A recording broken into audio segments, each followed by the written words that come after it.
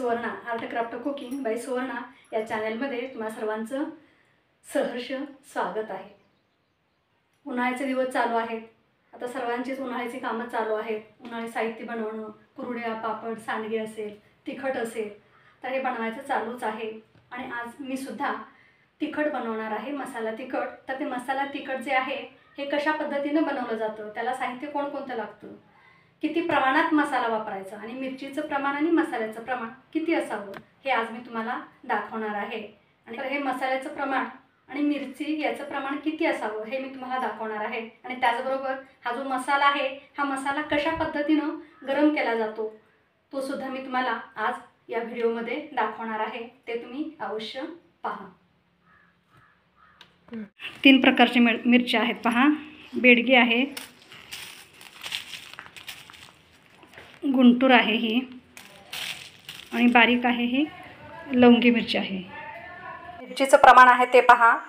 लवंगी आहे ही अर्धा किलो मिरची आहे, गुंटूर आहे ती 2.5 किलो आहे आणि बेडगी आहे ती 2 किलो आहे। अशा पद्धतीने या 5 किलो मिरच्या आहेत। मसाला तिखट करणार आहोत त्याच्यासाठी लागणार साहित्य पहा। इथे मी मोहरी घेतलेली आहे छोटी वाटी, 2 जायफळ आहे, 50 ग्रॅम मोठा खडा हिंग आहे, लवंगा 50 ग्रॅम आहे, मसाला वेलची 50 ग्रॅम आहे, चिरफळ आहे ते 3 तोळा आहे म्हणजे 30 ग्रॅम आहे।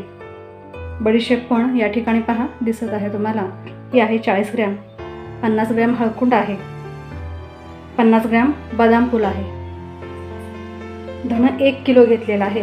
त्याचबरोबर हे जे जिरं आहे हे सुद्धा आपण 1 किलो जिरं घेतलेलं आहे। 1.5 किलो खोबरं घेतलेलं आहे आपण, सुकं खोबरं काळ्या पाठीचं आहे पहा।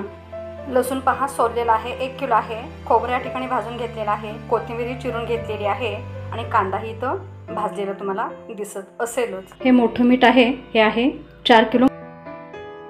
मिठाचं प्रमाण कमी वापरलं तरी चालेल। आणि आपल्याला तेल लागणार आहे। मसाला हा जो मसाला आहे हा मसाला गरम करण्यासाठी भाजून घेण्यासाठी गोडे तेल लागेल आपल्याला लसूण 1 किलो लागेल आणि कांदा जो आहे तो कांदा 2.5 किलो असं आपण प्रमाण वापरणार आहे। तर अशा पद्धतीनं घाटावरचं हे तिखट बोललं जातं। तर हे तिखट मसाला तिखट मी आता बनवणार आहे। कढई तापलेली आहे, याच्यात मी तेल घालते। याच्यात प्रथम आपल्याला या तेलामध्ये हिंग अगोदर तळून घ्यायचं आहे। तेल आपलं तापलेलं आहे, हा जो हिंग आहे हा हिंग मी याच्यात घालत आहे। उन्हाळा आता चालू झालेले आहे, त्यामुळे उन्हाळी सामान उन्हाळी साहित्य बनवण्याची लगबग चालू आहे, तिखट बनवण्याचं चालू आहे। कलर याचा चेंज झालेला आहे पहा, आणि हिंग फुललेला पण आहे। हळकुंड आहे हे सुद्धा आपण तेलामध्ये तळून घेत आहोत। आता मी काढून घेते पहा, हळकुंड फुललेले आहे। त्याच्यानंतर ही जी मसाला वेलची आहे ही आपण तळून घेत आहोत। मध्यम गॅसवरच आपल्याला हे तेल तापल्यानंतर तळून घ्यायचं आहे। गॅसची आज मी मीडियम केलेली आहे। वेलची ही हलकी असते त्यामुळे करपण्याची शक्यता आहे। बदाम फूल सुद्धा मी तळून घेत आहे।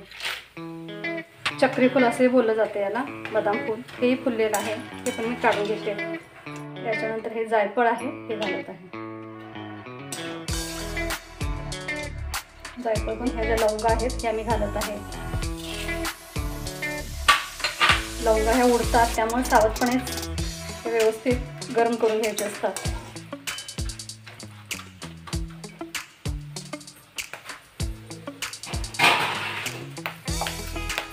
याच्यावर मी हे ताट झाकते, गॅस मीडियम केलेला आहे।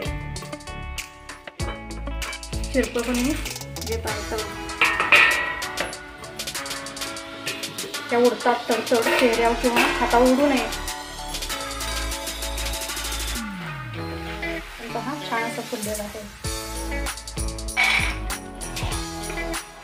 दालचिनी आपण 50 ग्रॅम घेतलेली आहे, ही सुद्धा आपण तळून घेत आहोत।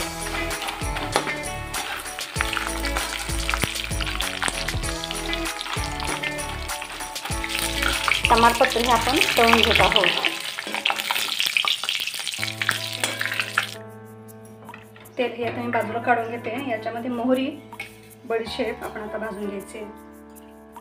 बडीशेप मी जी आहे ती गरम करून घेते. बडीशेप पण आपली गरम झालेली आहे.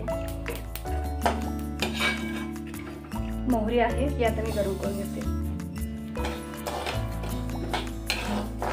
मी काढून घेते.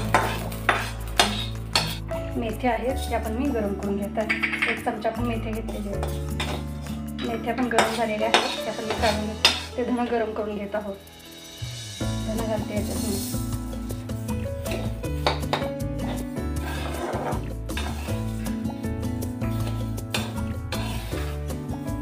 धन पण गरम झालेला आहे, काढून घेते. आपण आता जिरं गरम करत आहोत.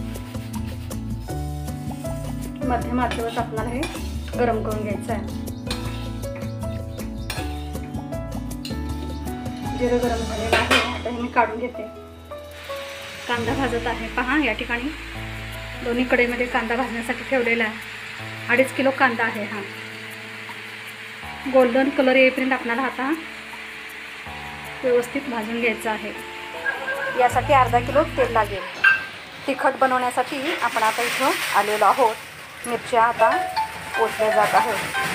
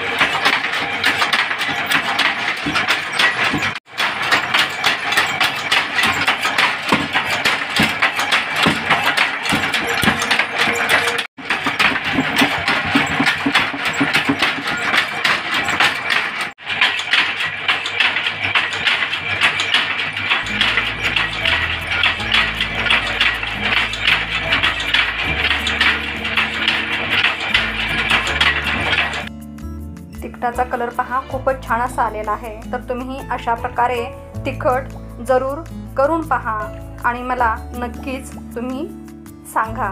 पहा आणि मला नक्की कमेंट बॉक्समध्ये कमेंट द्या. व्हिडिओ आवडला असेल तर लाईक करा, शेअर करा आणि सबस्क्राईब सुद्धा करा.